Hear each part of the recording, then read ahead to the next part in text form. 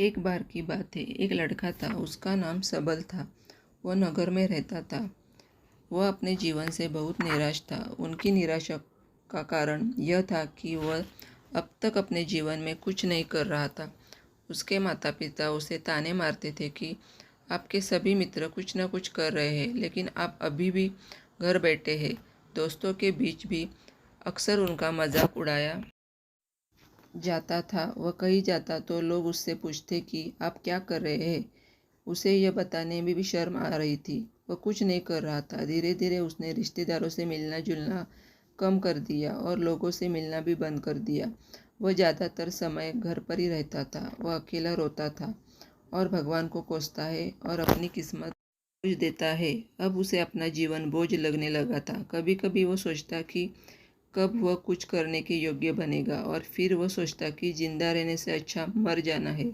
एक दिन वह अपने नगर की एक गली से गुजर रहा था। तभी उसने देखा कि एक उपदेश दुख और परेशानियों पर उपदेश दे रहा है। वह भी उसी भीड़ में सबसे पीछे बैठ गया और गुरु के प्रवचन सुनने लगा। उपदेशक कह रहा था, दुख एक शिक्षक की तरह है जो हमें जीवन की सच्चाई दिखाता है और हमें जीने का सही तरीका दिखाता है। आप चाहे तो ज़िंदगी जीना भी सीख सकते हैं। गुरुजी उपदेश दे रहे थे कि तुम चाहो तो कुछ भी हासिल कर सकते हो, अगर चाहो तो एक कोने में बैठकर रो सकते हो। इन सभी बातों को सबल ध्यान से सुन रहा था, लेकिन शिक्षक की यह बातें उसे पसंद नहीं आई। उसने खड़े होकर कहा कि कुछ भी सिखाने से दुख दूर नहीं होता, इसमें केवल दर्द होता है। दुख की पीड़ा अनंत है। ऐसा लगता है कि इसके बाद कुछ होने वाला नहीं है।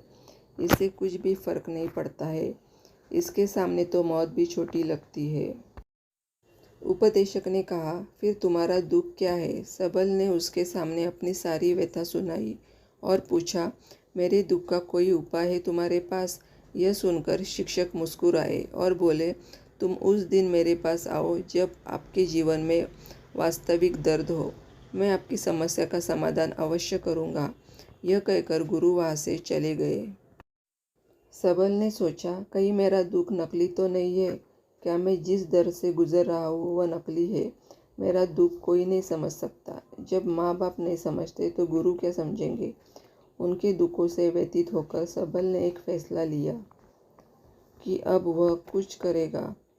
सबल ने एक छोटा व्यवसाय शुरू किया, पर उसे सफलता नहीं मिल रही थी। लेकिन उसके घरवाले पूछते हैं कि क्या वह कुछ कोशिश कर रहा है।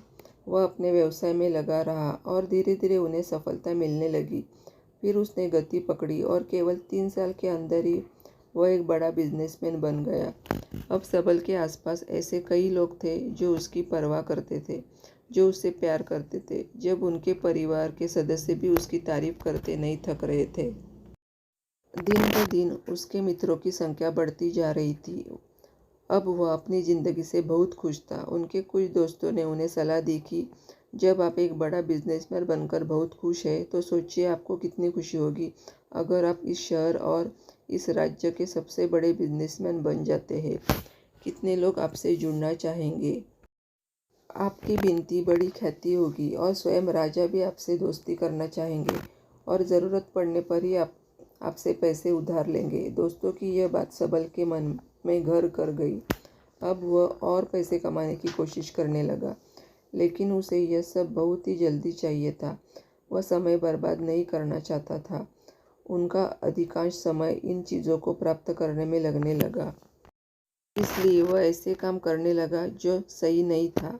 उसने बड़ा उधार लेना शुरू कर दिया। उसके दोस्तों से पैसे की मात्रा और अधिक मुनाफा कमाने के लालच में वह अपने माल में मिलावट करने लगा। उसने अन्य व्यापारियों के खिलाफ भी साजिश रची और उन्हें डराया धमकाया। जैसा उसके दोस्त कहते थे वैसा ही करता था। वह इन तरीकों से ज़्यादा पैसा कमा रहा था, पर अब उसके जीवन में पहले जैसा चैन न था।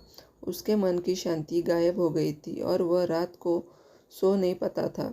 वह सब कुछ पाकर भी उन्हें किसी चीज़ में सुख नहीं मिल रहा था। एक दिन सबल अपनी गाड़ी में कहीं जा रहा था। तभी रास्ते में उन्हें उपदेश का आश्रम दिखाई दिया।